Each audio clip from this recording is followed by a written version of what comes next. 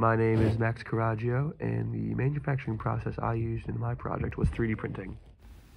Okay, so my design is a radial air engine, and this is just going through the SolidWorks parts here.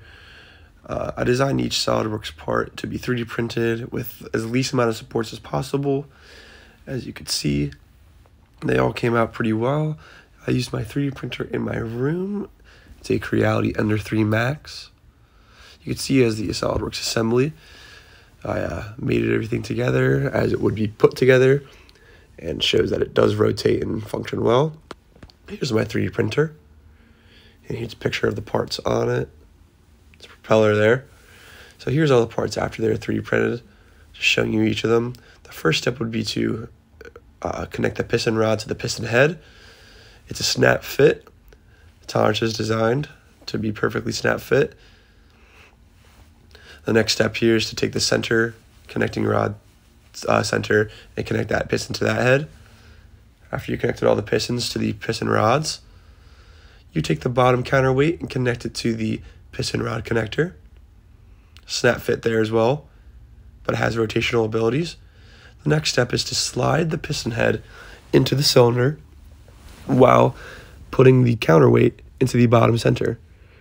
As you can see here, it fits pretty well.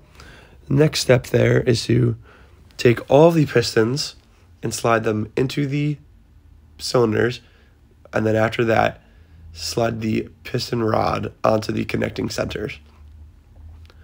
Those just slide right on, and they're supposed to have rotational abilities as well. While designing, I gave the tolerance some room, so I had some wiggle room on each of the pegs. It didn't need to be that tight. It was supposed to be loose. So those just slide right on. As you can see, if you twist the counterweight, it acts as an engine. The next step I have here is taking the top piece. This top piece is going to act as a cap to keep all of the piston rods in place to ensure that they don't fall off. This is held on by super glue. I'll put super glue in each of these holes, as you can see here. Make sure it doesn't get on the actual surface itself, just into the holes. And then I will take the build and slide it right onto the piston rod connectors. The next step here is to take the propeller, put some super glue on the inside of the prop, make sure you get it all over the surface, and this is going to connect to the counterweight that actually comes out the backside, as you see there.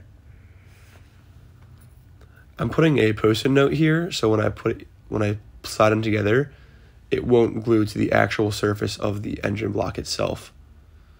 After some glue time, you can see that it does work, and here's a final video of the entire thing put together. I used some different colored parts for my final, some blue parts as you see, and as you spin the propeller, the engine acts as it's supposed to. It's very cool. Hope you enjoy. Thank you.